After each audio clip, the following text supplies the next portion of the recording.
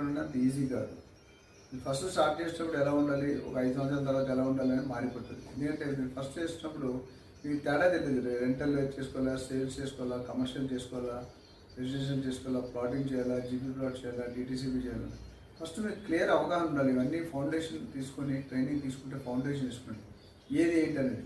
Generally ఇప్పుడు real ఎస్టేట్లో చూసుకుంటే 70 to 75% ఎక్కువ వెంచర్స్, ప్లాటింగ్ వెంచర్స్ ఉంటాయి. అందులో అవకాశాలు ఎక్కువ ఉన్నాయి.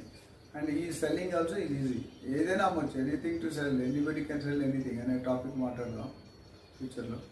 సో మీరు ప్లాట్లు అమ్మాలంటే అవైలబిలిటీ ఆఫ్ బిల్డర్స్ కానీ అవైలబిలిటీ ఆఫ్ ప్రాజెక్ట్స్ కానీ ఎక్కువ ఉంటాయి. తర్వాత ఫ్లాట్స్, తర్వాత మీకు విల్లాస్, దాని తర్వాత వచ్చేది commercial rental and sale. So మీకున్న body aptitude, language aptitude, body language, interest, passion, ఎవరైనా సరే ఇష్టంతో చేస్తే రిజల్ట్స్ వస్తాయండి, కష్టంతో చేస్తే రిజల్ట్స్ వస్తాయి. చాలామంది